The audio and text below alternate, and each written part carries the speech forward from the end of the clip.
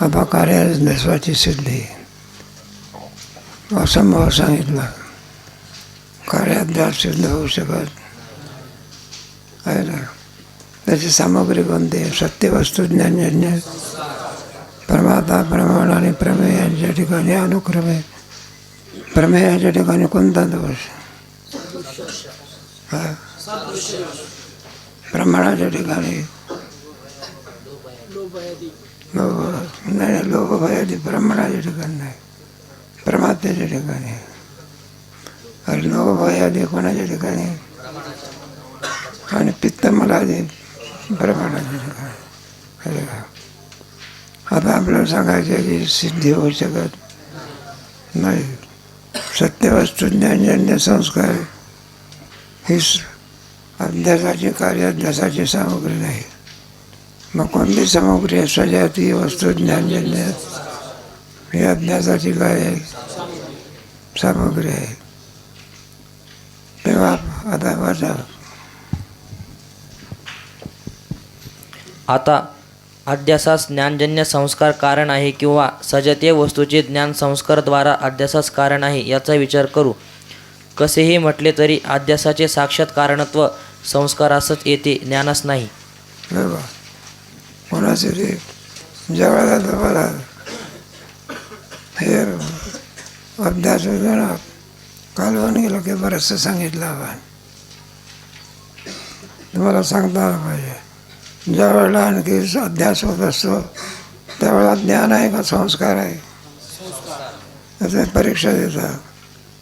त्यावेळेला तुमच्यासमोर ज्ञानेश्वरी आहे का? ज्ञानेश्वरीच्या गोबीचे संस्कार आहे. मग कारणात कोणाला आलं? कारण तुम्ही ओवी पाठ केलेली असते तिचे काय असते? जी ओवी पाठच नाही केली तिचे संस्कार नाही. तर विद्यार्थी काय करतो? पाठच केलं नाही, काही नाही. आता काहीतरी लिहिलं तर पाहिजे. काही नाही, श्रीराम श्रीराम श्री विठ्ठल श्री विठ्ठल. त्याला विचारलं, म्हटलं अरे असं का केलं तू? म्हटलं पाठच नाही तर काय करायचं? पण परीक्षेला आला म्हणून 5 मार्क द्यायचे. कर्तव्याचं काय केलं? मग ज्ञानेश्वरी समोर आहे का? ओवीचे संस्कार आहे. संस्कार ही अध्यासाची काय सामग्री आहे. पुढे वाचा. प्रथम वाक्यात तर ज्ञानजन्य हे संस्काराचे विशेषण आहे. दुसऱ्या वाक्यात ज्ञानाला कारणत्व आहे पण साक्षात नाही. साक्षात थोडंच कारणत्व आहे काय? संस्काराला कारण आहे. ज्ञान होऊन कितीतरी वर्ष होऊन गेले. आता हल्ली त्याचे काय आहे? संस्कार. ज्ञान होऊन गेलं ना, सर्वांचं ज्ञान होऊन गेलं. आता त्या शास्त्राच्या ज्ञानाचे काय तुमच्या ठिकाणी? संस्कार अव्यवहित पर्वकाली असं म्हणतात. अगदी जवळचं असते त्याला कारणत्व द्यायचं असते. तेव्हा तांदूळही कारणीभूत आहे, जेवण भातही कारणीभूत आहे. मग कारणत्व कोणाला द्यायचं? भाताला. कारण जवळ कोण आहे? मग कारण भाताला. पुढे तेथेही संस्काराद्वाराच कारणत्व आहे. कोणत्याही दृष्टीने ज्ञानाला साक्षात कारणत्व नाही. ज्ञानाला काय नाही, संस्काराला काय. ते पाहून लिहिता का तुम्ही? म्हणजे अर्धी लिहितात, त्या अर्धी तुम्हाला त्या बाबीचे काय आहे?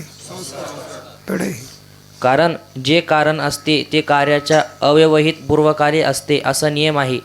सर्पाचे ज्ञान अध्यासाच्या पूर्वकाली असले तरी अव्यवहित पूर्वकाली नाही. अंतरायरहित ते अव्यवहित म्हणावे. अव्यवहित म्हणजे जवळचं. तत्वमसी वाक्य सांगितलं की जवळचं कारण कोणतं? तत्वम असे. बाकी हे सगळे दूरचे कारण आहे. तुम्हाला गेले ना, अंतरंग साधन आणि बहिरंग म्हणजे अंतरंग म्हणजे अंतरंग कोणतं साधन आहे? तत्वम पदार्थ. पुढे अव्यवहित पूर्वकाल म्हणजे कार्य उत्पत्तीच्या पूर्वकालचा अंत्यक्षण. त्या क्षणात कारण असले पाहिजे. ज्यावेळेला अभ्यास होतो त्यावेळेला काय आहे तुमच्याकडे? संस्कार आहे ना, त्याला म्हणायचं अव्यवहित पूर्वकाली. व्यवहित म्हणजे दूरचे, न व्यवहित म्हणजे होऊन गेलं तुम्हाला पुढे. पहिल्या तरंगात झालं की पुढे. ज्ञान तर पूर्वकाली आहे, पण पूर्वकालच्या अंत्यक्षणी नाही. म्हणून ज्ञानजन्य संस्कारच कारण मानला पाहिजे. संस्कार म्हणजे अंतःकरणात असलेली ज्ञानाची सूक्ष्म अवस्था. हे पहा, सूक्ष्म अवस्था संस्कार म्हणतात. संस्कारच नसेल तर तुम्हाला उभी आठवणार नाही. किती प्रयत्न केला तरी. आपण काय ब्रह्मदेव आहो का? नसताना म्हणजे आरती उभी आठवते, त्या आरतीच्या उभीचे काय होते पुढे. या कारणाचे लक्षणावर अशी शंका येते की विहित कर्म उत्तम लोकप्राप्तीला आणि निषिद्ध कर्म नरकप्राप्तीला कारण आहे, असे शास्त्रवचन आहे. त्यास विरोध येईल. बरोबर आहे की विहित कर्मापासून काय मिळते? पुण्यापासून सर्व लोकांची प्राप्ती, आणि निषिद्ध कर्मापासून पापापासून नरकाची प्राप्ती. पुढे कायिक, वाचिक व मानसिक क्रियेचे नाव कर्म आहे, आणि कर्म अनुष्ठानानंतर लागलीच कर्माचा नाश होतो, आणि लोकांतर प्राप्ती तर देहपातानंतर बहुकालाने होते. अव्यवहित पदावरती शंका केलेली आहे. जवळचा असतो त्याला कारण म्हणता तुम्ही. मला जवळचा असतो त्याला कारण म्हणता हे तुमचं बरोबर नाही. एखाद्या माणसाने चोरी केली, लगेच हात पुरतो का त्याचा? अरे लगेच हात पुरतो का? मग कालांतराने मिळते का नाही फळ त्याचं? मग आता कालांतराने मिळाल्यानंतर कुठे तुमची चोरी दिसते त्यावेळेला. मग ते आपण जे काही चोरी केली त्याचे संस्कार असतात, आणि त्या संस्कारामुळे आपल्याला शिक्षा प्राप्त होते. या देहातल्या नाही का काय होत असते, लगेच कर्म फल देत नाही. मग काय होते, कालांतराने त्याचं काय होते. मग तुम्हाला अव्यवहित पूर्वकाली म्हणता येणार. लगेचच फल मिळालं असतं तर म्हटलं असतं अव्यवहित पूर्वकाली. पण कर्म केल्यानंतर कालांतराने त्याचं काय होते, मग तेवढा कर्म कुठं आहे. मग कर्माचे काय संस्कार. मग संस्कार घेत अज्ञाताचं काय पुढे. तेथे विहित निषिद्ध कर्म अव्यवहित पूर्वकाली नाही. याकरिता कारणाचे लक्षणातील अव्यवहित पद काढून कार्याच्या पूर्वकाली असते ते कारण असे लक्षण करावे, म्हणजे शास्त्रवचन निष्फल होणार नाही. पूर्वपक्षाचं पण अव्यवहित पूर्वकाल काढून टाका, आणि पूर्वकाली असते त्याला काय म्हणा. मग जरी पूर्वकाली आणखी आपण चोरी केली असली, त्या चोरीचे संस्कार असतात. त्या संस्काराने पुन्हा आपल्याला नरकाधिकाची काय होते कडे. पण ही शंका बरोबर नाही. कारण असे लक्षण मानले तर नष्टदंड व मृत्युकुलाल यांच्यापासूनही घट झाला पाहिजे. कारण ते कार्याच्या पूर्वकाली होते, पण त्या नष्टदंडापासून अथवा मृतकुलालापासून घटरूप कार्य उत्पन्न होत नाही. म्हणून कार्याच्या पूर्वकाली असेल ते कारण असे लक्षण करून भागणार नाही. पूर्वकाली असते ते कारण असं म्हटलं, आता घट तयार झाला नाही का, आणि पुढे तुमचा काय म्हणजे कुंभार मरून गेला, काय गेला, पण तरीसुद्धा काय घट आहे की काय. मग पूर्वकाली असते तेच कारण असते असं नव्हे. मग कोणत्या कालामध्ये अव्यवहित पूर्वकाली असते. नष्टदंड पूर्वकाली आहे, पण आता हल्ली आहे का. पण पूर्वकाली असते त्याला कारण म्हणता येत नाही. मग मी जवळचं अव्यवहित कालाला पूर्वकाली आहे की पाणी आहे, अग्नी आहे, ते कारण आहे, पण पूर्वकाली आहे. काय भात झाल्यानंतर नाही का सगळ्यात कारण आहे तो कोणाला आहे, भाता. पूर्वकाली असते त्याला कारणांत पक्षाची शंका आहे ना ती भाषा. आता स्वर्ग नरक प्राप्तीस शुभ अशुभ कर्म कारणच नाही, असे आमचे म्हणणे आहे. शुभ अशुभ कर्म समाप्तीनंतर अव्यवहित उत्तरक्षणी धर्म अधर्म उत्पन्न होऊन त्याचे संस्कार अंतःकरणावर राहतात. नाही बा, आपण जे काही कर्म करत असतो त्या कर्मापासून धर्म अधर्म पाप पुण्य उत्पन्न होते. मग जरी आपले कर्म केलं ते काल तर संपन्न गेलं, मग आज त्याचं फळ का मिळते? त्याचे संस्कार होते. कशाचे? असं आहे. पूर्वकाली असते तेच कारण असते असं म्हणता येत नाही.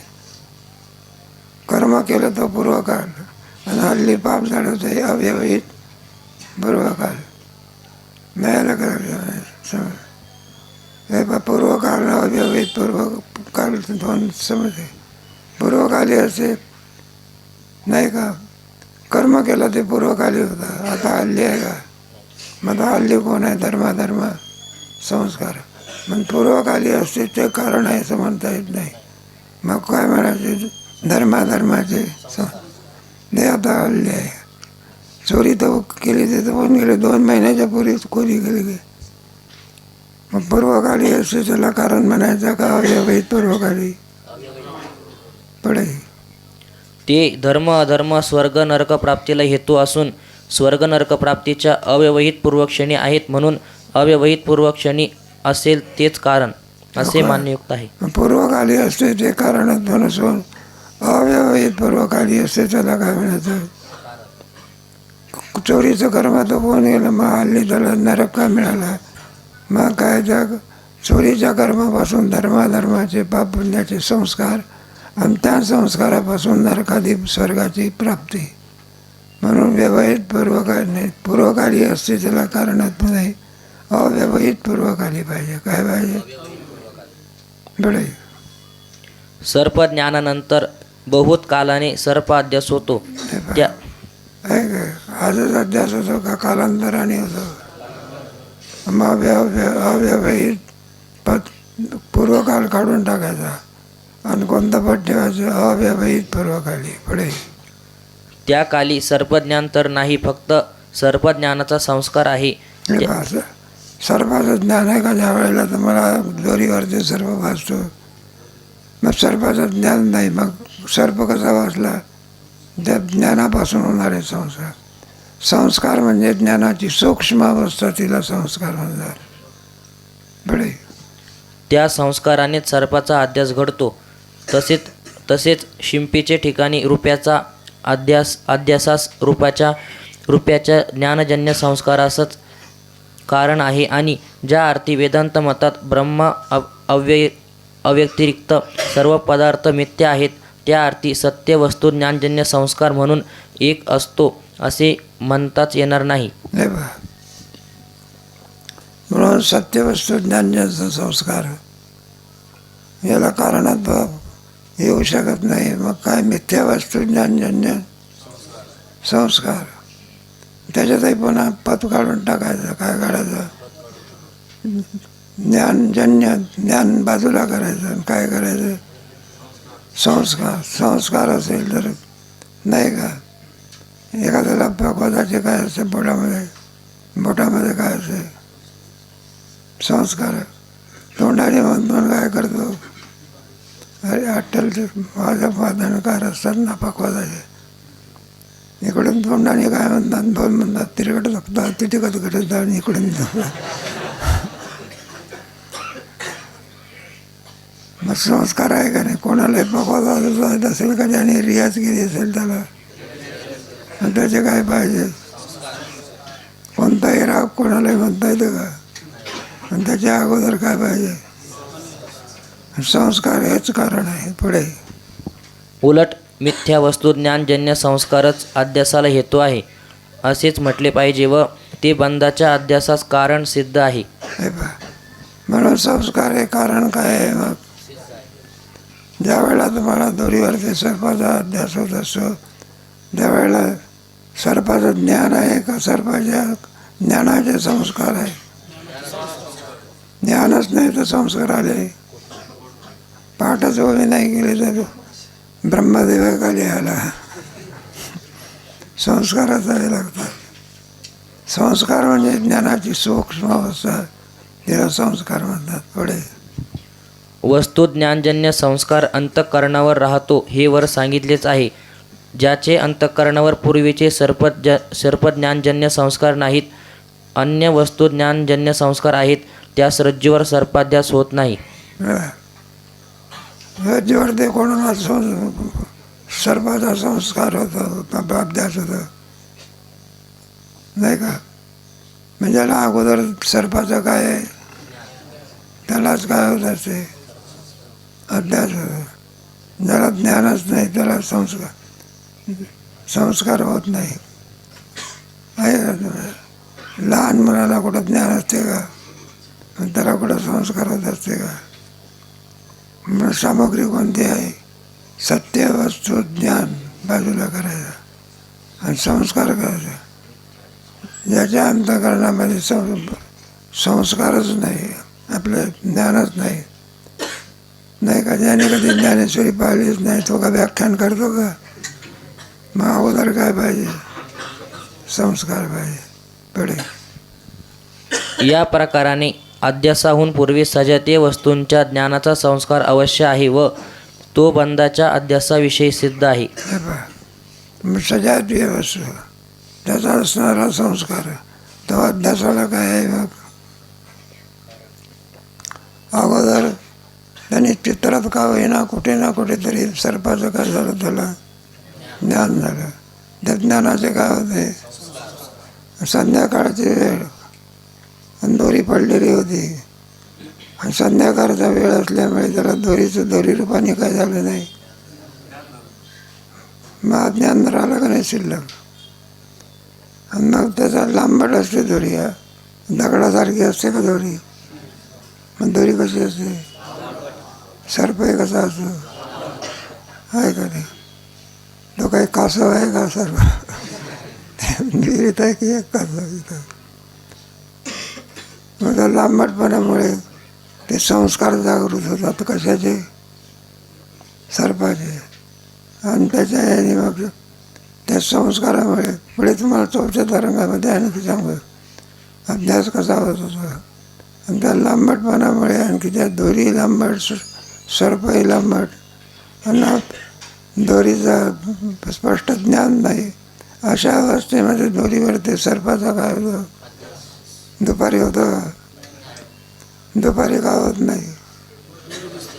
दोरीच दिसते. बरं, रात्री का होत नाही? दोरीच दिसत नाही. मग सामान्य रूपाने काय पाहिजे? आणि मग त्या दोरीवर ते सर्पाचा काय होतं? पुढे कारण अहंकारादी अनात्म वस्तू आणि त्याचे ज्ञान हाच बंध आहे. अनात्म वस्तूची जेव्हा प्रतीती असते तेव्हाच ती वस्तू असते. त्याला दृष्टीसृष्टीवाद म्हणतात. बंध म्हणजे काय? अनात्म वस्तूचा जो संस्कार आपल्यावर असतो देहालाच मी बनणे, याला बंध म्हणतात. म्हणून आत्मस्वरूपाच्या ठिकाणी बंध मिथ्या आहे. पुढे आपल्याला सिद्ध करायचं आहे. बंध सत्य नसून काय आहे का नाही? अब तुम्ही आम्ही सगळे कशात आहोत? अरे बंधात आहे ना, जीवदशा म्हणजे बंधात. आपल्याला कळत नाही तो सोडून द्या. मूर्खाला मूर्ख म्हटलं तर ते हसते, उलट त्याला अर्थच कळत नाही.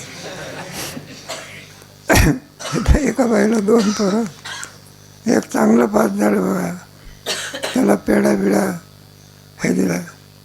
दुसरं होतं ते आला तिकडून, बरं का, म्हणलं मला एक पेढा द्या. अरे तर बापू म्हणलं कशा करता तुला पेढा द्यायचा? गुरुजी म्हणते तो नापास झाला. घ्यावा नापास झाला तरी उड्या मारते आणि पेढा मागते. त्याला नापास पदाचा अर्थ कळालेला, आणि जर अर्थ कळालेला असतं डोळ्यात काय आलं असतं? पाणी आलं असतं. मग त्याला उलट ते आनंदात आहे. गुरुजी काय म्हणतात? नापास झाला. मग कशा करता सांगितलं तुम्हाला? ज्याला ज्ञान असेल त्यालाच अध्यास होत असतो. ज्याला ज्ञान नाही त्याला अध्यास होऊ शकत पडे. प्रतीती नसेल तेव्हा ती वस्तू स्वरूपे करून नसतेच. याच हेतूने सुषुप्तीमध्ये कोणत्याही विषयाची प्रतीती येत नाही. म्हणून सर्व प्रपंचाचा अभाव वेदाने प्रतिपादन केला आहे. भारताचा तुम्हाला येईल की ते कथन कळायला कठीण आहे. त्याला दृष्टीसृष्टीवाद असं म्हणतात. ज्या वेळेला आपल्याला पदार्थ प्रतीतीला येत असतो त्यावेळेलाच तो असतो, एरवी तो पदार्थ नसतो.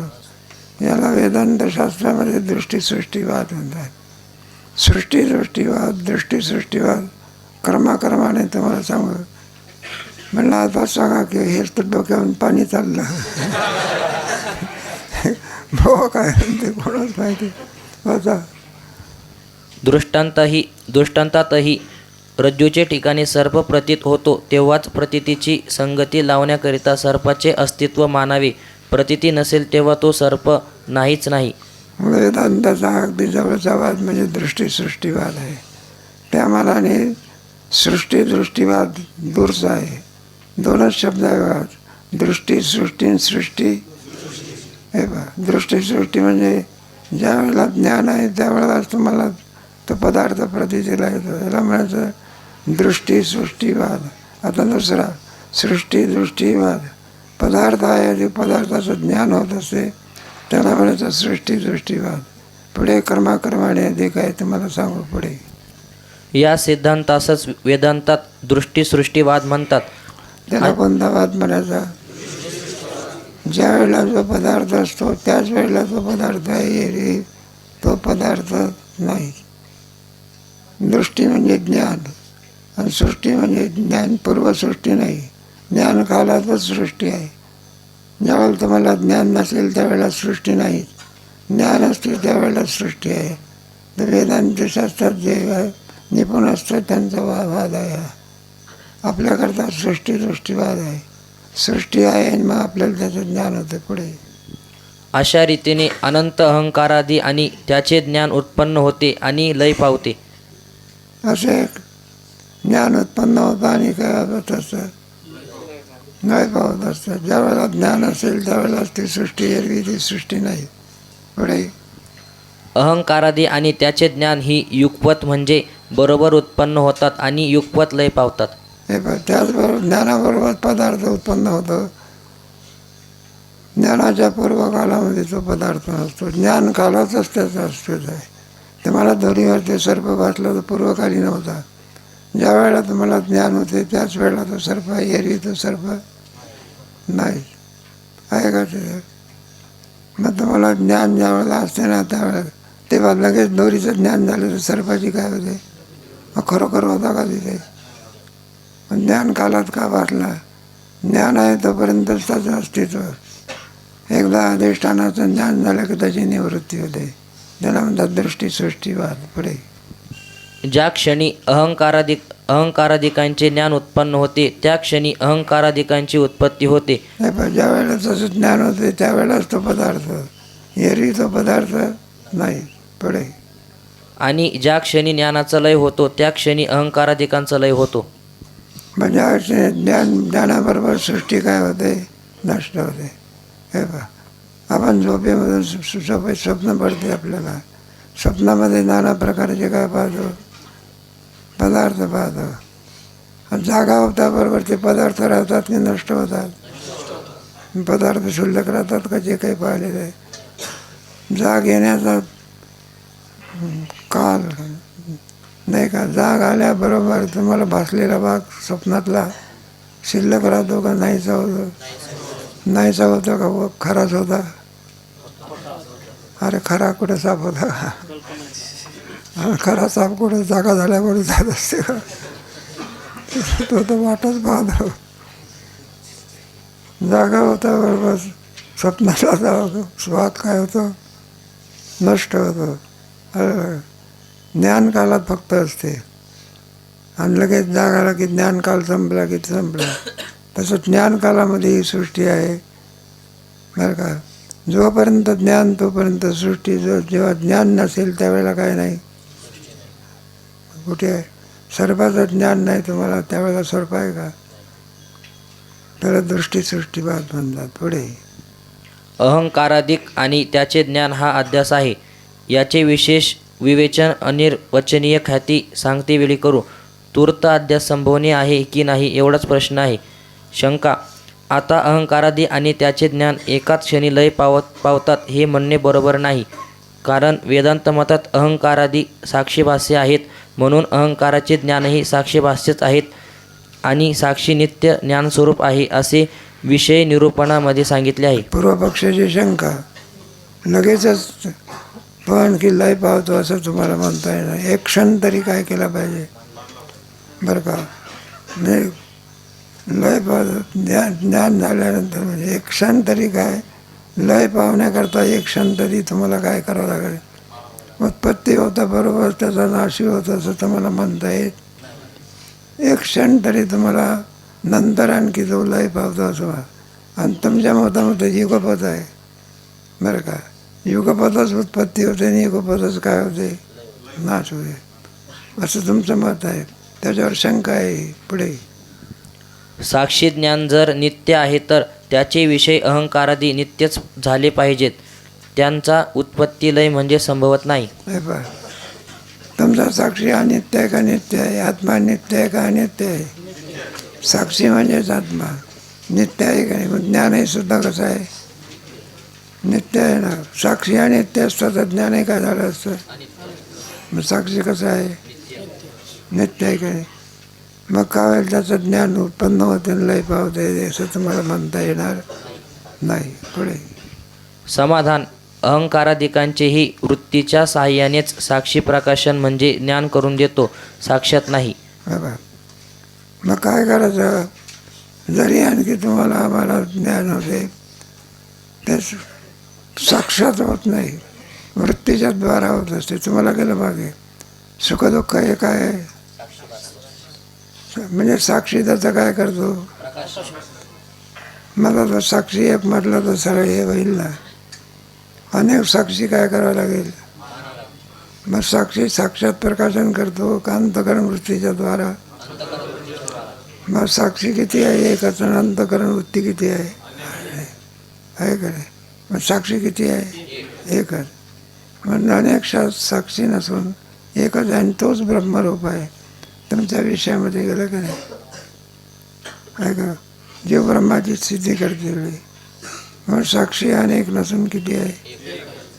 मग त्याचे ते इंजेक्शन देणारे डॉक्टरचे काय असतात, पिचकाऱ्या काय असतात, अनेक असतात डॉक्टर. मग डॉक्टर इंजेक्शन देतो म्हणजे काय हातमना टोचतो का. मग कशाने काय तसं अंतकरण वृत्तीच्या द्वारा साक्षी सुखदुःखाचं प्रकाशन करतो, साक्षात करीत पडे. ज्या वृत्तीचा उत्पत्तीलय संभवतो म्हणून अहंकारादिकांचाही उत्पत्तीलय संभवतो. अशा रीतीने उत्तरोत्तर अहंकारादी आणि त्याचे ज्ञानोत्पत्तीचा हेतू पूर्वपूर्व मिथ्या अहंकारादिकांचा ज्ञानजन्य संस्कार आहे. मागचे संस्कार आजच्या अभ्यासाला करणे होता. आजच्या अभ्यासाचे संस्कार पुढच्या अभ्यासाला करणे, पुढच्या अभ्यासाचे अशी परंपरा काय असते. मग चालत या जन्मामध्ये आपल्याला जे संस्कार झाले ते पुढच्या जन्माला काय होतात. आता पुढच्या जन्मामध्ये जे संस्कार झाले ते पुढच्या संस्कार काय करावं लागते मानावे लागतात. पूर्व संस्कार उत्तर संस्काराला काय असतात कारणीभूत असतात. आहे काय. तुम्ही एखादं जेवण केलं तर जेवणामध्ये काय होत असते मग संस्कार होत असते. पुढे तोच पदार्थ खाल्ला तर पुन्हा दुसऱ्या संस्काराला काय होते कारणीभूत. पूर्व संस्कार. खो खोचा खेळ असतो का नाही. त्या खो खोच्या खेळामध्ये काय असते एक बसला त्याला खो द्यायचा, तो बसला तर दुसरा त्याला काय द्यायचा. एकाला एक काय आहे कारणीभूत आहे.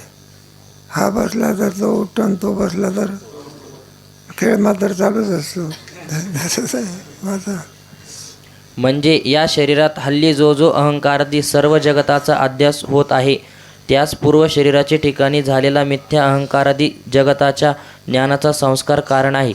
पूर्व संस्कार उत्तर संस्काराला काय आहे कारण आहे ना. जरी आपण या जन्मात संस्कार झाले ते पुढच्या जन्माला करणे, पुढच्या जन्माचे याला करणे, त्यावेळेला त्याचे संस्कार उत्पन्न होतात ना. काय होतात. आपण जेवण केलं असतं त्याचे संस्कार असते. कोणीतरी आपलं बाबा कीर्तनाला गेला त्याचं स्वागत वगैरे केलं आपलं अमकं तमकं आणि पुढे चांगले आंबे बिंबे होते. आंब्याचा काळ होता. दुसऱ्या वर्षी त्याला काय दिलं दुसऱ्या वर्षी आला बघा, काही नाही नुसते आलं पोहात होता. मग त्याला वाटलं मग गेल्या वर्षी काय भेटले होते आंबे. मग तर पर्यायाने म्हणायला लागलं, म्हणलं काय गेल्या वर्षी सत्कार होता ना असून तुझं, काय गोड आंबे होते म्हणलं फुल गेल्या वर्षीचे. मग ते सत्कार करणारे माणसं म्हणतात, म्हणले महाराज यावर्षी तो आंबा आलाच नाही, आला असता तर तुम्हाला भरपूर दिला. मग आता यावर्षी त्याला काय झालं नाही सांगता येत. अरे आठवण झाली ना, गेल्या वर्षीच्या आंब्याची काय झाली, आठवण झाली, कशाने झाली, संस्कार. मग त्या पूर्वसंस्काराला काय दिली गती ते पुढे. पूर्वजन्मात जो अध्यास झाला त्यास कारण त्याच्या पूर्वजन्मातील मिथ्या अहंकारादी ज्ञानाचा संस्कार ही होय. हे पाहिजे संस्कार काय केला पाहिजे. ज्या अर्थी त्याला यावर्षी देखील त्या आंब्याची काय आली, मग उगीच आठवण आले का संस्कार. संस्कार हे कारणीभूत आहे पुढे. या प्रकाराने पूर्व मिथ्या अहंकारादिकांचा ज्ञानजन्य संस्कार उत्तरोत्तर अहंकारादिकांच्या अध्यासाविषयी हेतू आहे. मग पूर्व संस्कार उत्तरोत्तर संस्काराला काय होतं, कारणीभूत होतं. आता हे नाही का या वर्षीचे गेल्या वर्षीचे पूर्व आहे का ते आता कोण झालं यावर्षी उत्तर पाठ मात्र काय भरलेलाच दिसतो. उत्तर काय काय ते पूर्वीचे जाते मागवून येते, मागावं गेलं की दुसरे मागवून येते, हे पूर्वीचे होते पुढे. शंका. अहो हा जरी नियम मानला तरी प्रथम जन्मात जो अहंकार आणि त्याचे ज्ञानाचा अध्यास झाला त्याला संस्कार कोठला. हे पहा ते म्हणलं का ज्ञान होण्याकरता संस्काराची काय आहे. मग ज्या कल्पना करा जन्मल्याबरोबर काही तर संस्कार आहे का. मग पूर्वसंस्कार असल्याशिवाय उत्तर अध्यास होऊ शकत नाही. माझा पूर्वसंस्कार अगदी पहिल्या क्रमांकाला ज्यावेळेला अध्यास झाला त्यावेळेला संस्कार आणला कुठून. मग त्याच्याकरता 6 पदार्थ आणि वेदांतशास्त्रामध्ये अनादी आहे. अनादी याच्यामध्ये आरंभ सांगता येत नाही पुढे. त्याचे पूर्वीच्या जन्माचा संस्कार म्हणावा तर सृष्टीच्या आरंभी जेव्हा प्रथम जन्म होऊन अहंकारादी आणि त्याचे ज्ञानाचा अध्यास होतो त्या अध्यासात संस्कार कोणता. पहिला संस्कार अगदी त्या विना ज्ञानाशिवाय काय होऊ शकत नाही. मग पहिला संस्कार आला कुठून, अगदी पहिला जो अध्यास झाला त्यावेळेला त्याचं उत्तर आहे संस्कार अनादी आहे. अनादी पदार्थ आहे वेदांत ब्रह्म अविद्या त्याचा संबंध जीव ईश्वर याच्यामध्ये भेद असे 6 पदार्थ वेदांताने अनादी मानलेले. अनादी म्हणजे ज्याला आरंभ नाही आहे त्याला अनादी असं म्हणतात. अधीर्न आहे ते असते. सृष्टी केव्हापासून झाली तिला उत्पत्ती सांगता येत. अनादी म्हणायचं काय म्हणायचं पुढे. अशी आमची शंका आहे. तेव्हा तत्पूर्वीचा संस्कार आणणार कोठून. मग पहिला संस्कार झाला त्याला ज्ञान होण्याकरता संस्काराची काय आहे आवश्यक. मग ज्ञान होण्याकरता पदार्थ तर पाहिजे का नाही, काय पाहिजे. आणि पूर्वसृष्टीमध्ये कुठे पदार्थ आहे. सृष्टी जन्य आहे काय. मग पहिल्या सृष्टीमध्ये आलेला संस्कार तुम्ही कुठून आणला असं वादायची काय आहे मग शंका आहे. त्याच्याकरता वेदांतशास्त्राने 6 पदार्थ अनादी सांगितले आहे. तुमच्या 15व्या अध्यायामध्ये आहे ना. मला संसार कसा आहे न रूपमस्ये तथै बोलत नांदो नांदो न चादीर. नांदो म्हणजे अनादी, न चादीर म्हणजे अनंत. नंदो न चादीर न च संप्रतिष्ठा अश्वत्थमेनं स्वीरूढं. मला हा संसार अनादी आहे. अनादी म्हणजे त्याचा आधी सांगता येत. पूर्व संस्कार उत्तर संस्काराला काय. पहिली सृष्टी केव्हा झाली सांगता येत पुढे. समाधान. ही शंका वेदांत सिद्धांत माहीत नसल्यामुळे कोणासही होते आणि विद्यार्थ्याला वेदांताचे काय नाही आहे का त्यालाही शंका येत असते.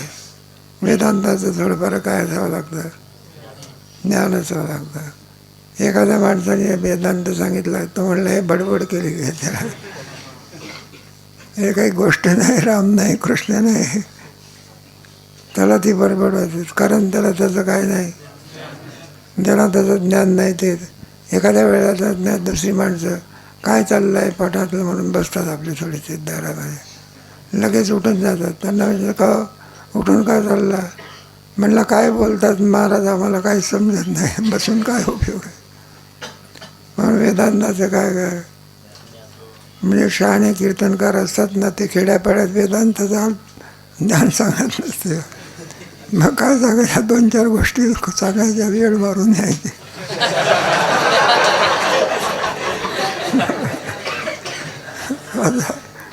आणि या शंकेचे समाधान होणेही अशक्य आहे असे वाटते. पण वेदांत सिद्धांत असा आहे की ब्रह्म, अविद्या आणि त्या दोघांचा संबंध, त्याचप्रमाणे जीव, ईश्वर आणि त्यांचा भेद ही 6 स्वरूपतः अनादी आहेत. मग हे 6 काय आहे? ब्रह्म, अविद्या, ब्रह्म आणि अविद्येचा संबंध 3 झाले. ईश्वर आणि जीव, त्याचा भेद किती झाले? 6 आहे का? हे 6 पदार्थ अनादी, याची उत्पत्ती सांगता येत नाही. तर मला विचारलं ना, ब्रह्माची उत्पत्ती सांगा, कोणापासून सांगायची? किंतत ब्रह्मा, त्याची काय उत्पत्ती सांगता येते? तुमच्या याच्यामध्ये नरूप नाही. तुमच्या 10व्या अध्यायातला पहिला श्लोक आहे का गीतेमधला, भूयैव शृणु मे परम यत्तेऽहं प्रियमाणापेक्षा न मे विदुस्वर्गुणाः प्रभवं न मर अहमादिर्हि देवानां न मे विदुस्वर्गुणाः प्रभवं न मर्ष. मी कोण आहो, कधी झालो, केव्हा उत्पन्न झालं, हे ऋषी मुनी कोणालाही वेदाला सुद्धा सांगता येत. केव्हापासून सृष्टी झाली सांगता येते. पूर्व सृष्टी, उत्तर सृष्टीला काय आहे कारण आहे. पहिली सृष्टी केव्हा झाली सांगता येत. न रूपमस्य आता तो काय का पुढे असं.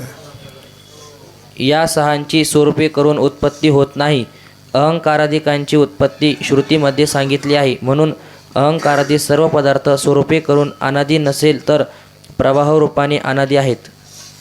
म्हणून या 6ची काय सांगितले नाही, उत्पत्तीच नाही तर काय सांगायचं. मुलंच झालं नाही तर म्हणलं ते वारलं किंवा काय सांगायचं. जर याची उत्पत्ती आहे म्हणून नाश सांगता येत, त्याला अनादी म्हणतात वेदांतामध्ये. आधीर न मे विदुस्वर्गुणाः प्रभवं न मर्षः अहमादिर्हि देवानां यो मामदमादमनादिञ्च वेत्ति लोकं महेश्वरम् असम्मूढस्य मृत्युषु सर्व पापे. सुंदर व्याख्या आहे. पुढे सर्व वस्तूंचा प्रवाह केव्हाही नाहीसा होत नाही.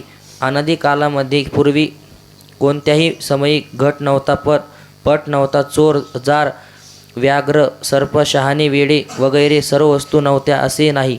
काही शहाणे मरतात, दुसरे नवीन उत्पन्न होतात. याच प्रकारे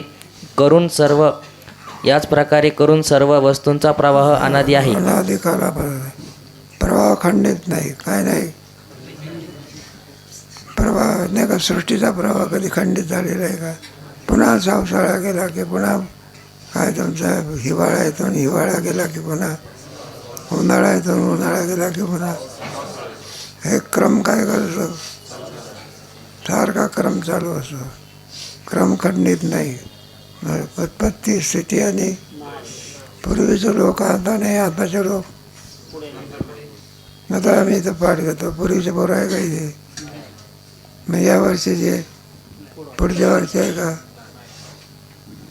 मग जरा क्रम मात्र काय आहे चालूच आहे. पुढे सृष्टीच्या प्रलय कालातही झोपेत ज्याप्रमाणे सर्व जागृत वस्तू संस्कार रूपाने राहतात, त्याप्रमाणे सर्व वस्तू सहवर्तमान जगत संस्कार रूपाने अविद्येत राहतं. हे पहा, झाड कुठे राहते? बीजामध्ये राहत असतं. पण बीजही कोणापासून उत्पन्न होतं? काय करे? झाडापासून बीज होते आणि बीजापासून अगोदर कोण सांगता येत. असा अनादि प्रवाह काय चालू आहे पुढे. त्या संस्काराने दुसऱ्या सृष्टीचा आरंभ होतो, म्हणून सृष्टीच्या आरंभी प्रथम जन्मात पूर्वसृष्टीतील संस्कार कारण आहे आणि ही सृष्टीची परंपरा अनादी असल्यामुळे प्रथमच्या सृष्टीत किंवा प्रथमच्या जन्मात अहंकारादी अध्यासास संस्कार कोटला ही शंका संभवत नाही. म्हणून पहिला संस्कार कुठला ही शंका मुळामध्ये काय आहे? कारण नमे वेद सुरगणा प्रभवान नमर्षा. प्रभाव म्हणजे नमे विदु सुरगणा. सुरगणा म्हणजे देवळा सुद्धा काय होत नाही. नमे विदु सुरगणा प्रभावम महर्षी लोकांना सुद्धा प्रभाव म्हणजे उत्पत्ती कळत. नमे विदु सुरगणा प्रभावम नम अमादेरी देवाना. मग सगळ्यांच्या अगोदर मात्र कोणीच नव्हतं का? शून्यवादी परमात्मा होता. कोण होता? कोणीच नाही म्हटलं तर मग शून्य होईल. शून्यामधून कुठं कार्य उत्पन्न होतं? ते पेरलंच नाही तर हे का? मग शून्यातून पृथ्वी उत्पन्न होत नाही. मग काय करतात? ते पहिला संस्कार सांगता येत पुढे. परंतु या अनादित्वाचे ज्यास ज्ञान नाही त्यास ही शंका होते. मला या वेदांताचं काय नाही, ज्ञान नाही का? ज्ञान असावं लागतं ना. ते बालगंधर्व गायन करत असत बघा. त्यांचं पद होतं नाही मी बोलत आपलं सोबत. खेडोळ माणूस त्याला वाटलं बालगंधर्वाचं व्याख्यान आहे, आपलं गायन आहे. मग आपला गेला बघा बालगंधर्वाचं चाललेलं होतं, पण नाही मी बोलत, नाही मी बोलत.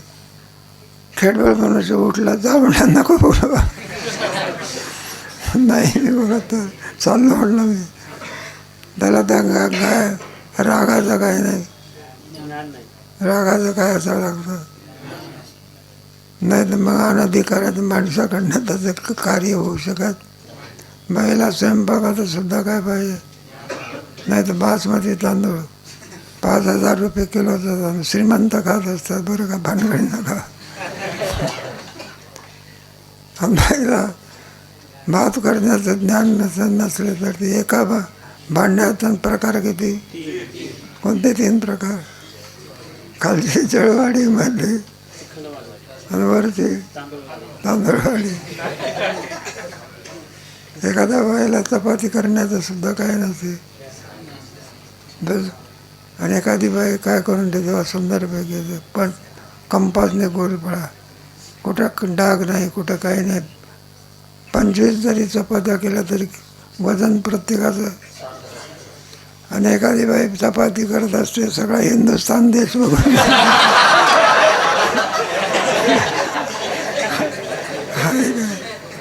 मग कोणत्याही आता काय लागते पुढे.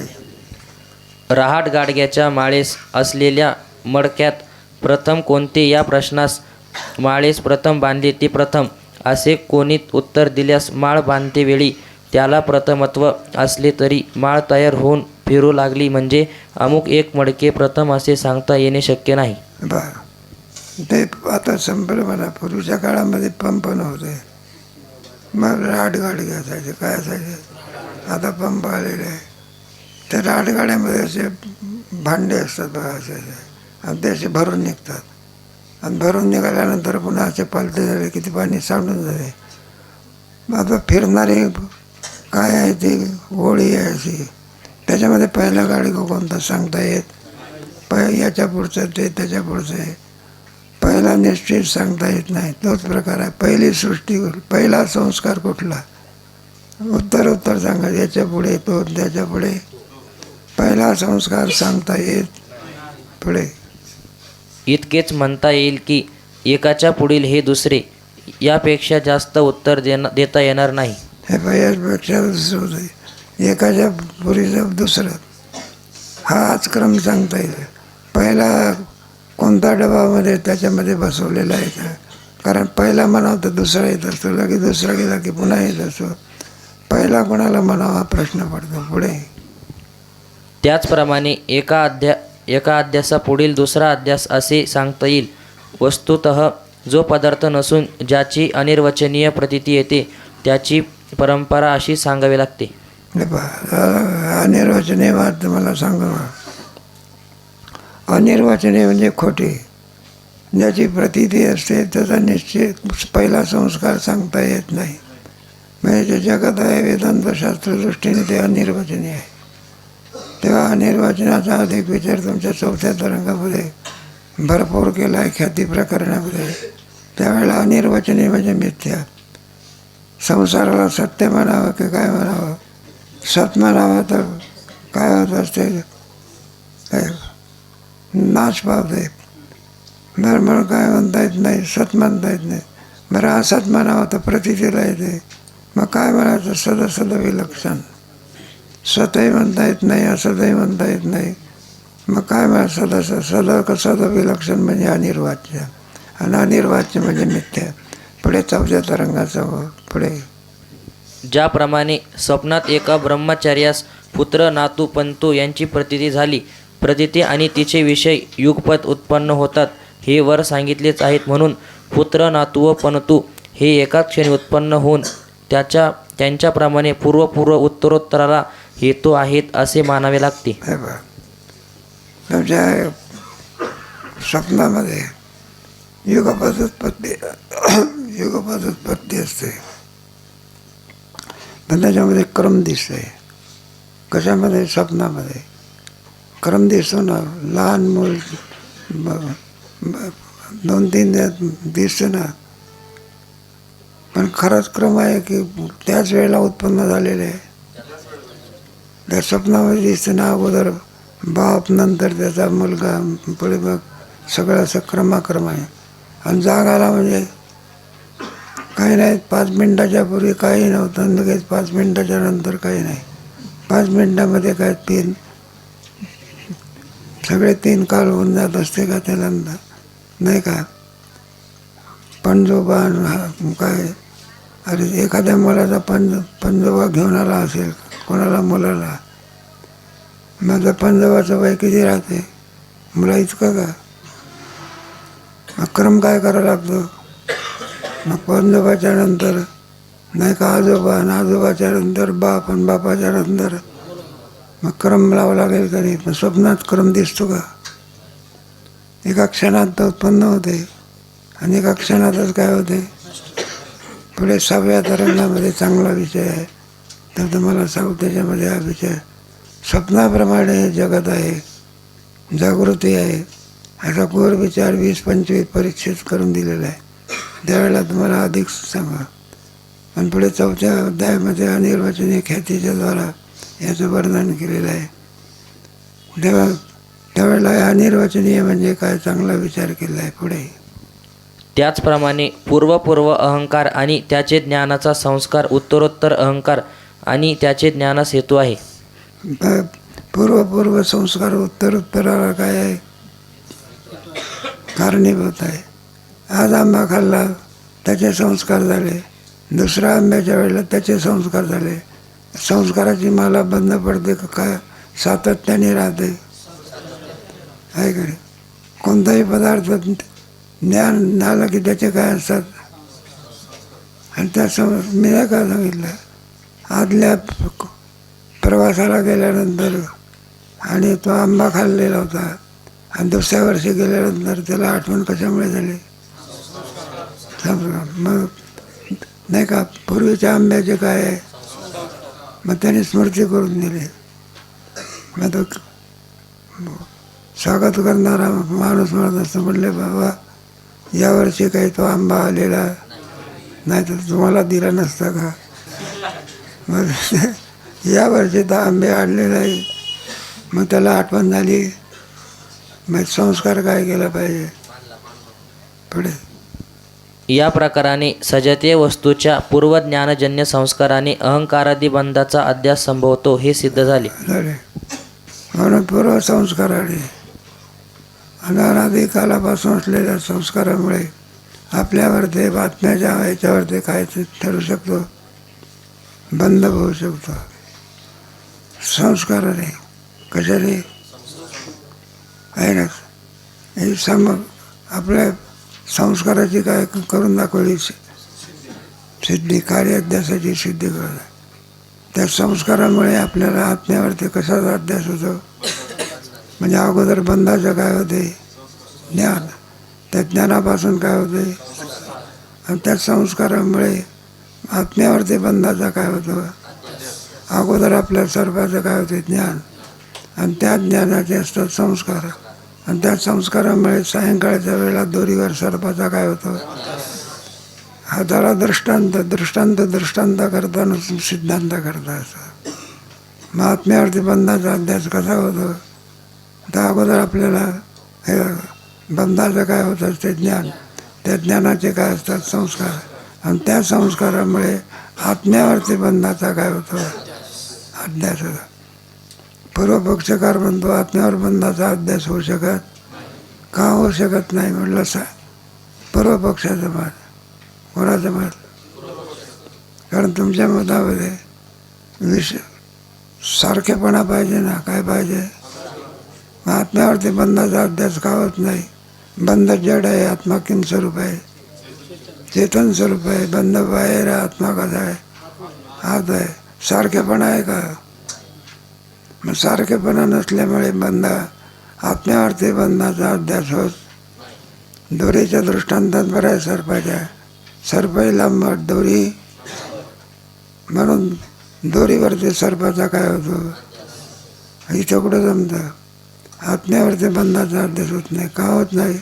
बंध कसा आहे, जड. आत्मा कसा आहे, प्रकाशाने. अंधकार एका ठिकाणी राहतात का? प्रकाश असेल तर काय नाही, आणि अंधार असेल तर प्रकाश नाही. म्हणून बंधाचा अभ्यास आत्म्यावरती होऊ शकत नाही. पूर्व पक्षाची सामग्री.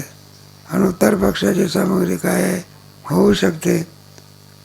का होऊ शकते म्हटलं त्याच्यामध्ये संस्कारामुळे का होते, अभ्यास होते. क्रमाक्रमाने आत्म्यावरती बंधाचा अभ्यास होऊ शकतो. कशामुळे? असलेल्या संस्कारामुळे. कोणामुळे? नाही का. मागच्या बंधाचे संस्कार असतात, त्या संस्कारामुळे दोरी आपल्या आत्मस्वरूपावरती आत्म्याचा बंधाचा काय होतो, सामुग्री कोणती, संस्कार. आता दोषत्रय आहे. काय हे दोषत्रय सिद्धच होत नाही. आता दोषत्रय असले तरी बरे, नसले तरी हे कारणत्व यांना देता येत नाही. आहे का. काय काय लोक असतात, मी म्हटलं का ते एखाद्यात लग्न वेगळं असलं, मग काही लोकांना न्यावं लागत असते. मग त्या लग्नाला निमंत्रित माणसं जात असतात. एखादा म्हातारा असतो तो, आणि तो म्हणतो मला काही करा, पण तुम्ही लग्नाला काय करा, लग्नाला आल्यात. मग ते त्रस्त माणसं म्हणतात म्हातारा असला काय आणि लग्नात त्याचा काय उपयोग. त्याप्रमाणे बंधाच्या करता हे दोषत्रय असले तरी बरे, नाही तरी बरे. दोषत्रय वाचून सुद्धा काय होतं, अज्ञात सिद्धी करून दाखवूया आधी. विचार कधी चुकत जावं इथेच जावं.